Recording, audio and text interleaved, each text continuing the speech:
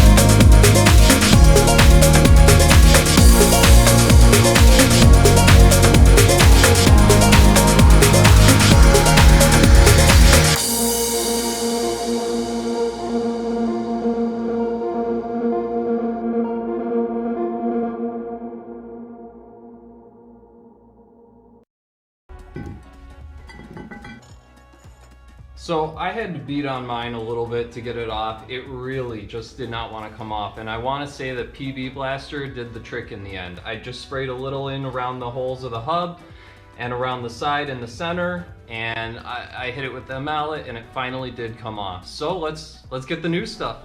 Oh, it's gonna look so good. All right, so we have the new one, and you're gonna want to line up the retaining hole with the retainer screw hole in the hub, and that's pretty simple. You just go ahead, slide it on there, line it up, and then take the screw and thread it. Once that's threaded, you don't have to worry about your rotor going anywhere, and you can work on everything else.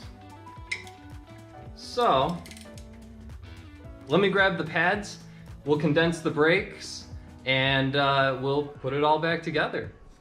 The next thing you're going to want to do is you're going to want to take the original pad and put it back in its original spot against the piston on the inside of the caliper. On the outside here is the face of the caliper that you see through the wheel. Then you take your compressor tool and put it on the wrong way. In a way, this should be on the inside, but I have it flipped around because of the cap or the cover that they put on these calipers. It makes it so that you can't put it on the way you typically would. But at this point, I can screw this tight, push the piston back in, and start to install the new stuff.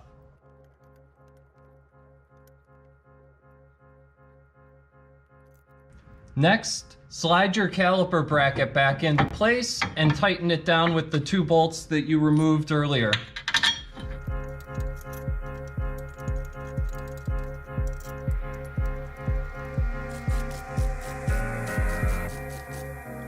With your caliper bracket on, you're going to want to now put some grease down here, up here, and in the inside channels so that you don't get squeaks when you come to a stop. For the passenger side, make sure to grab the brake pad that has the sensor in it.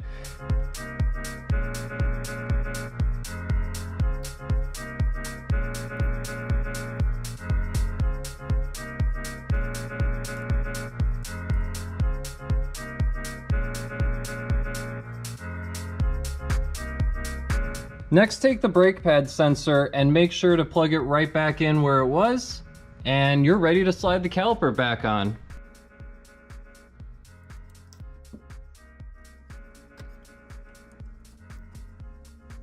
For the caliper bolts, make sure to use a little blue Loctite on these so that they stay in place and you don't have to worry about them backing out and your caliper falling out. Last thing you're going to want to do is take some brake cleaner and just clean the rotor off. It's sent with a bunch of oils so that it's not going to rust in shipping. And after you're done with this, you're ready to move on to the other side. Once both calipers are done and the pads are back in, it's time to put the cap back on the master cylinder reservoir, and we are ready to move on to putting the wheels on.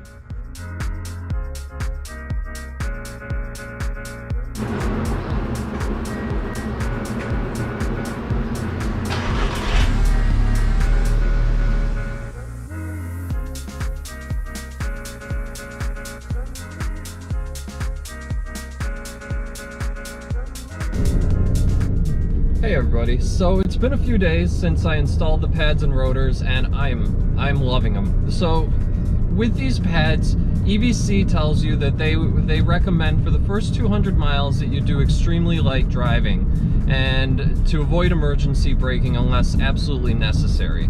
So that's what I've done. It's been 200 miles, and the next step to getting these pads final and installed is bedding them. And for EBC, you want to pick a brand new rotor and a rotor that can handle the heat that these pads are going to be able to handle, so that you're not, bottlenecking yourself by, going cheap on one route, but going really high end with the pads.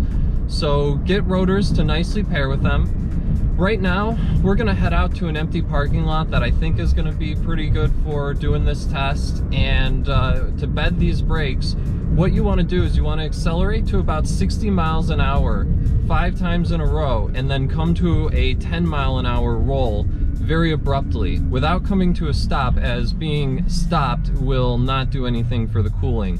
So you want to cool these brakes and heat them up and cool them and heat them up, and that'll get you a really good mating surface. So we're gonna head out to this parking lot and see how these things stop.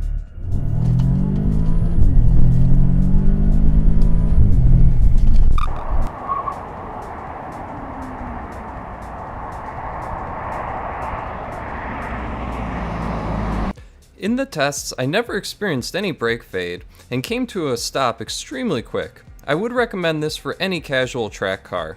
If this video helped you in any way, please like and subscribe, and I hope you're having a great day. I'll see you next time.